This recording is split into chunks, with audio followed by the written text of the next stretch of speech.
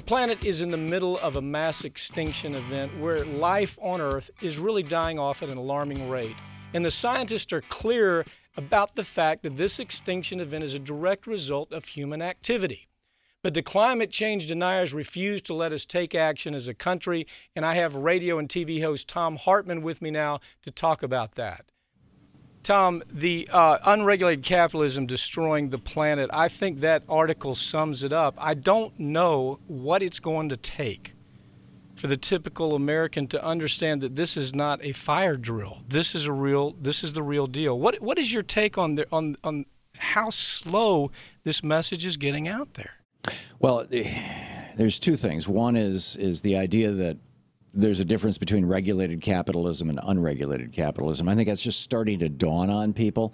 The whole Reagan Revolution was trying to convince people that capitalism was wonderful and it should be as deregulated as possible. Markets should be as free and open as possible, in quotes. And in fact, what we know is that unregulated capitalism always leads to the result of monopoly. I mean, that's why Mary What's-Her-Name invented the monopoly game back in the 1920s. Was to demonstrate that. So you've got that.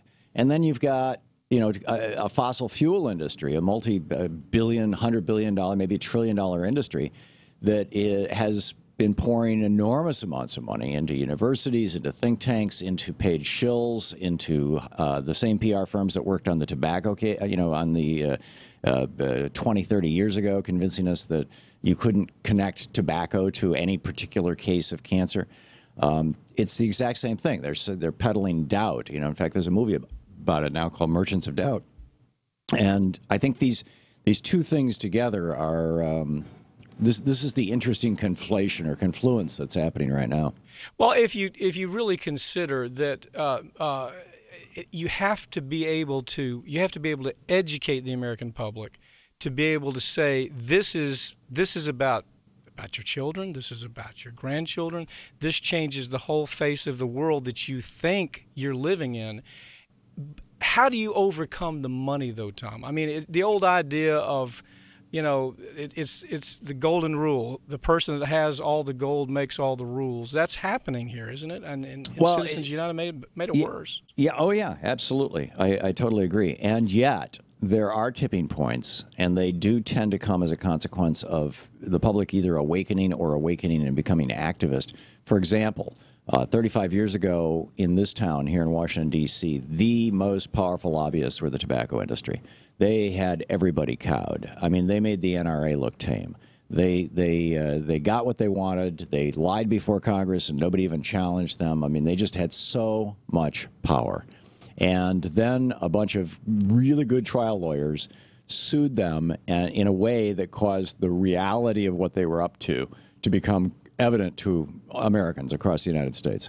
And I think when people kind of woke up and said, "Holy cow! We've been screwed by these guys, been killed by these guys." I mean, millions of us have been killed by these guys.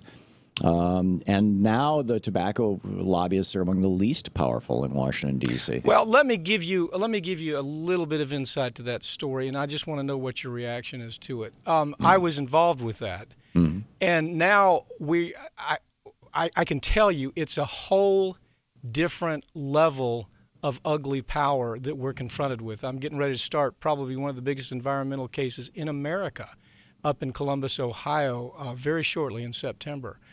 But when I compare the political influence and I compare the money influence that we even were confronted with in tobacco, Thom, I would tell you that what we're seeing now is multiplied times 100. Yeah. Now, so it's a different threshold that we're confronted with, even from the standpoint of somebody who does this for a living every day. So imagine what the American public confronted with. I agree, and I understand that, and I think that's why it's taken so long and it's been so difficult. I mean, it's not like the word about how the fossil fuel industry and deregulated capitalism are starting an extinction just came out last week. I mean, we've many of us, and I think most of the world, has known about this for decades at the Talk very about least. this story. This is another story. You hear about it, you'll see an article, something about extinction, and then you'll change the channel and watch The Bachelorette. How serious is that problem? Let's shift from the destruction by way of unregulated capitalism to the destruction of what we've all heard for so long, and that is the climate is changing, and it has the potential to kill the planet. Yeah, well, I think The Bachelorette is a terrible problem, Pap. And no, I'm sorry. This is Leo DiCaprio and I did a movie on this. It's called Last Hours. You can find it at lasthours.org or at greenworldrising.org. Excuse me. And we are killing off species now at a rate that is not all that different. It's actually faster than the initial 10,000-year rate at which species were killed off during the Permian mass extinction, which killed 90% of all life on Earth. We're actually moving faster than that right now because that extinction was caused by some massive volcanic activity in northern Siberia, an area called the Siberian Traps. But it took 10,000 years for those traps to put enough carbon dioxide into the atmosphere to raise the temperature of the Earth 6 degrees. We're doing that in possibly as little as 1,000 years or 500 years, or maybe even 60 years. I mean, nobody really knows for sure.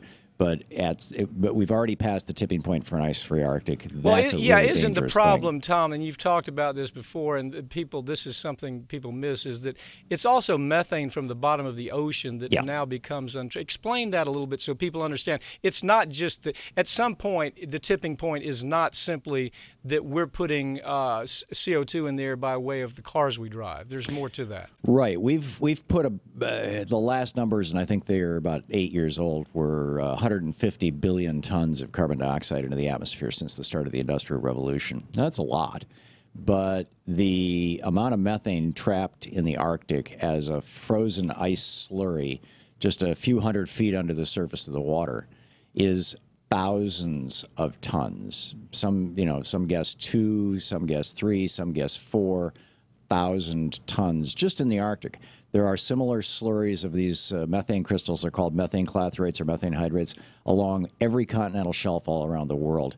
And the aggregate is probably 30 or 40 million tons. And excuse me, I should be saying, I think it's billion tons. I think it is billion, yes. Yeah, billion tons.